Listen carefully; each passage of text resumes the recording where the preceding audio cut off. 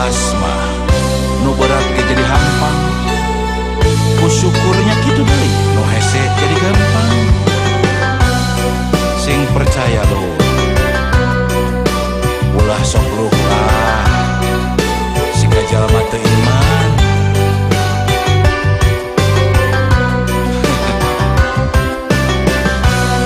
Manusia pangsangsarana nu ngarasa kurang wae, najan hirup sarwa aya lubak libuk harta banda. Omat ulah gajongjonan, harta lamun salah mawa jadi pangbeberat pisan dina yaumul kiamat.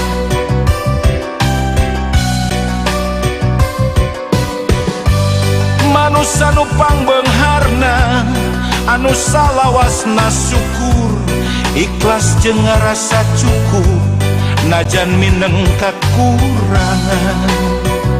Bagja mun bisa kitu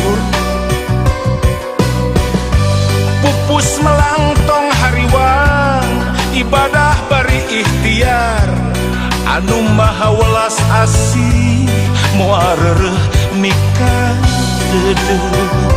pasti. Miskin lain alasan keur luhlah, sugih lain alasan keur tanggah. Nasib mah ukur lalakon, maju mundur kumaha urang. Nasib mah ukur lalakon, hayu syukur ulah kufur.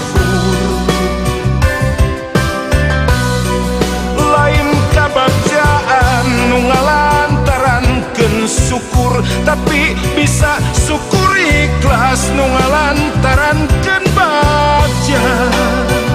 Nah kitu syukur teh lain dina kaayaan keur bagja wae, tapi dina kaayaan sagala kakurangan oge keukeuh urang kudu syukur.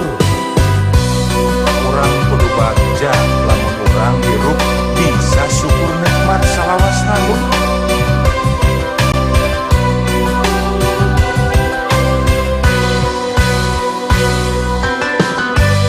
Manusia nu pangbeungharna anu salawasna syukur, ikhlas jeung ngarasa cukup najan mineng kakurangan.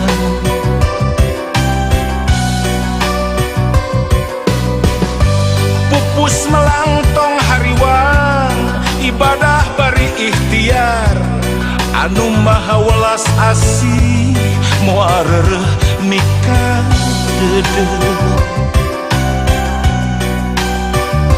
Miskin lain alasan keur luhlah, sugih lain alasan keur tanggah. Nasib mah ukur lalakon, maju mundur kumaha urang. Nasib mah ukur lalakon, hayu syukur ulah kufur. Lain kabagjaan nu ngalantarankeun syukur, tapi bisa syukur ikhlas nu ngalantarankeun bagja. Pan geuning loba lur, jelema teh lamun dibere gering sapoe meni aral, tapi dibere sehat welas-welas taun tara syukur. Dibere sangsara sakedeung aral, dibere beunghar welas-welas taun tara syukur.